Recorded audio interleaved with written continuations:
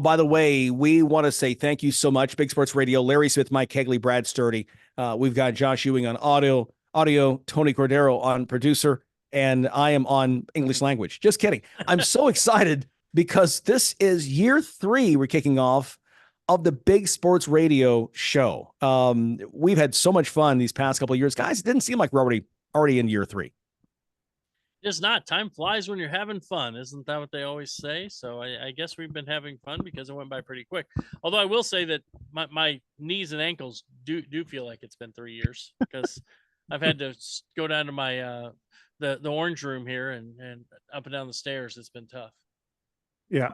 I think the coolest thing about it is the people that we get a chance to meet who cover other teams and stuff. You get an opportunity to talk to them, and especially with the opportunities the last few months to get a whole group of new people who are covering those West Coast teams. It's been a lot of fun.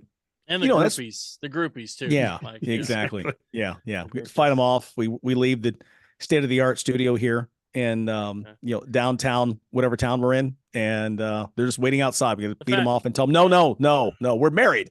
Back off. The fact that we have to use the body doubles to get out of the studio, I think, is the most telling exactly. part. Mike's Pizza groupies. So yeah. As long as they have a box of pizza, they're fine. They could lose a finger though if they get it too close to that pizza. Well, you don't want. Yeah, it was long ago established. You don't put your hands anywhere near the food. Well, speaking of the great people that we've had a chance to meet, we're thrilled to kick off year number 3 with just some fantastic fantastic guests. My goodness, I can't talk today. Fantastic guests. James Williams, who covers UCLA Bruins for the Orange County Register, is standing by. We'll talk with him here in about 10 minutes. Also, Matt Perkins talking Wisconsin. Zach Coons talking Northwestern as well. So we've got a lot. We will talk about Steph Curry's shot. What's ahead for Team USA? Who should they be afraid of? Is Olympic basketball about to change for the Americans? All of that. And one of the craziest stories we have ever had on this show. That is coming up in hour number 2. So stick around for that. We want to talk about the Olympics and guys, the bronze medal controversy. This is just it's a mess that seems like could have been avoided. And now it's just untenable. I mean, whatever they do is just going to be a mess and it'll never be forgotten. Yeah, they're in a no-win situation now because they win the Jordan Childs wins the bronze. Well, actually, she didn't win the bronze. Then she did win the bronze. And then she didn't win the bronze. But now there's video evidence that she did win the bronze. So, I mean, this is just a zoo. I mean, I don't know how it can be this difficult to figure out who won the bronze medal, but it's pretty clear right now that there's so much. This is the Olympic politics, and this is the downsides to the Olympic Games. The Olympic Games are fantastic in some respects. This is the downside when you get political and we start worrying about whether this country's going to be mad or that country's going to be mad or what this country says or who's on this committee. It's not good. And at the end of the day, give them both bronze, move on, and let's be happy. And you guys continually complain that I have no problems with the WWE. And yet I've seen better officiating on a Monday Night Raw than what we saw here in this situation. Ouch. And I'm going to mic drop and walk away. It's Mike. So it's the Paris screw job, Mike. It's Paris screw. We had the Montreal, but now it's the Paris. Yeah. Bret Hart is so jealous right now. He's not happy. Mike always goes back to that well-refereed competition we know as professional wrestling. So, yep. Yeah. Boy, wrestling. Again, I'm struggling. I'm going to keep moving. Here's a name I can pronounce. J.J. McCarthy. Tough break for the former Michigan quarterback who was so highly drafted by Minnesota. And now the tough news, he's going to miss his rookie year. You know, it's a shame that the Vikings really kind of, needed him. And he was a quarterback, one of the guys in the draft that I feel like was ready to come in and play and compete and play well. And they have some pieces in place to be good this year with the right quarterback. And now, I think long term, he's still going to be a really good NFL quarterback. But man, that year of growth, that year of experience that he doesn't get, they have small windows in the NFL for being successful. And this just kind of takes that franchise away from 1 year of that window. Yeah, and luckily for the Vikings, Jordan Addison was also carted off, their young wide receiver. Oh, Turns out it's not going to be nearly as significant of an injury as they thought at the time. It's so tough because the quarterback is the face of the franchise, and they were looking at transferring over to him, and now that everything's on hold for a year, really tough, even from a standpoint of building your season ticket holders and how you market your team, let alone on the field play.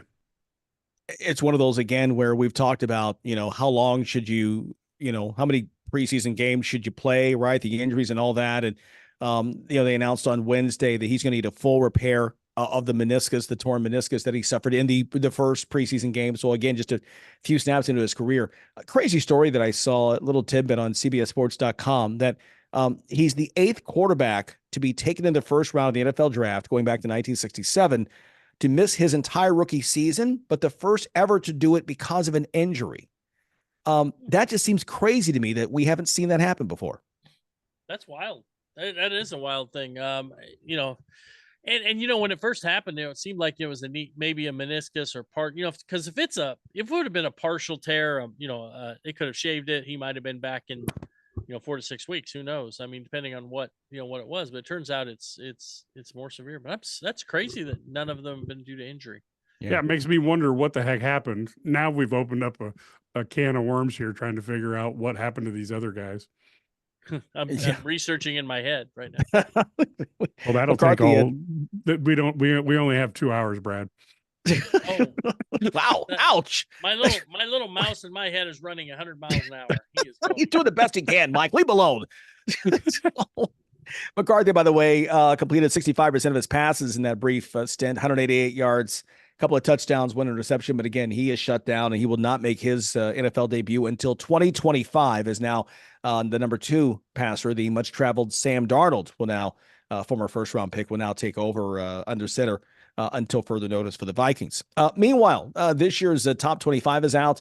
No surprise, they're at the top. We're looking at Georgia and Ohio State right there at the very top. And I think that everyone would agree, very likely the top 2 teams in the country. We expect not only now, but coming up in January to play for the championship.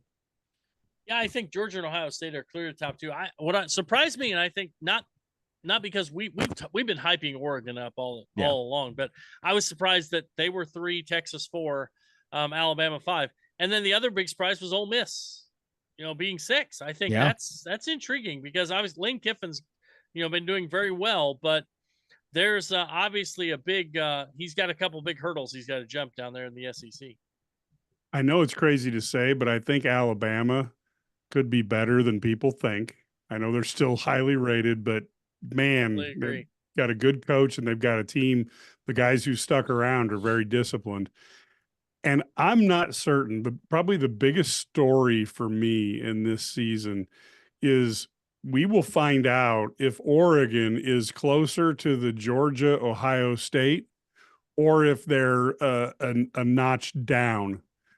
I kind of feel like maybe they go 50-50 and split with Ohio State this year. One team wins in the regular season and then the other wins in the Big Ten championship game. And that would mean Oregon may be higher than anybody really thinks. Interesting. By the way, Penn State and Michigan also 8th and 9th as well in the AP and the coaches poll. So we were talking to Tony Garcia, the Detroit Free Press, last week, and he was saying that, don't sleep on Michigan. He thinks they could be a team that could very much make some noise in the new expanded college football playoff. Yeah, Michigan's obviously good. They got a core group of winners, so they're going to be fine.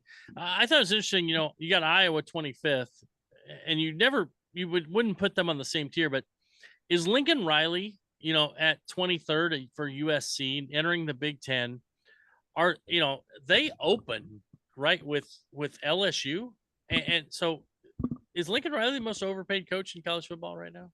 Oh, did I throw that out there? Sorry. Yeah, and I just say that. Did I say that? Was that me? Was that my outside voice? Yeah, I think he's gonna find out real quick if his style of no defense will last in the Big Ten. The other thing is Iowa with that schedule. I'm telling you, they may be able to do much better than people anticipate because that schedule is Oh yeah, very, very nice, especially considering the Titans in the Big Ten and who they end up playing. yeah. And if Iowa gets to 10-2, they're probably in the college football playoff, and they're one of those. And that's pretty. I mean, that'd be huge for them.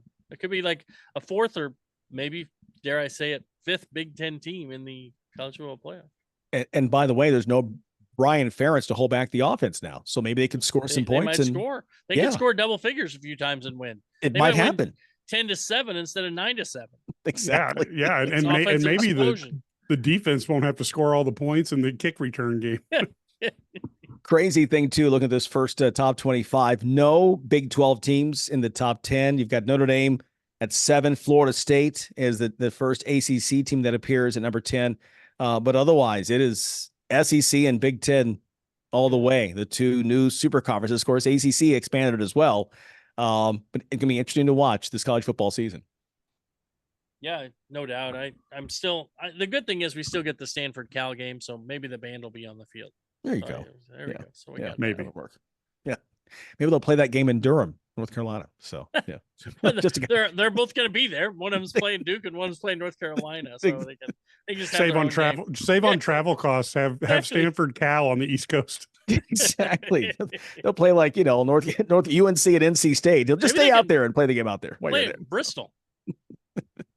Yeah. That's right. Exactly. We'll talk about Bristol, what's going on later on in the show. But up next, we're talking with James Williams, who covers UCLA for us, or covers actually for the Orange County Register. He jumps on and talks about them with us on occasion, and he is next. And I'll find my tongue coming up after this commercial break on Big Sports Radio.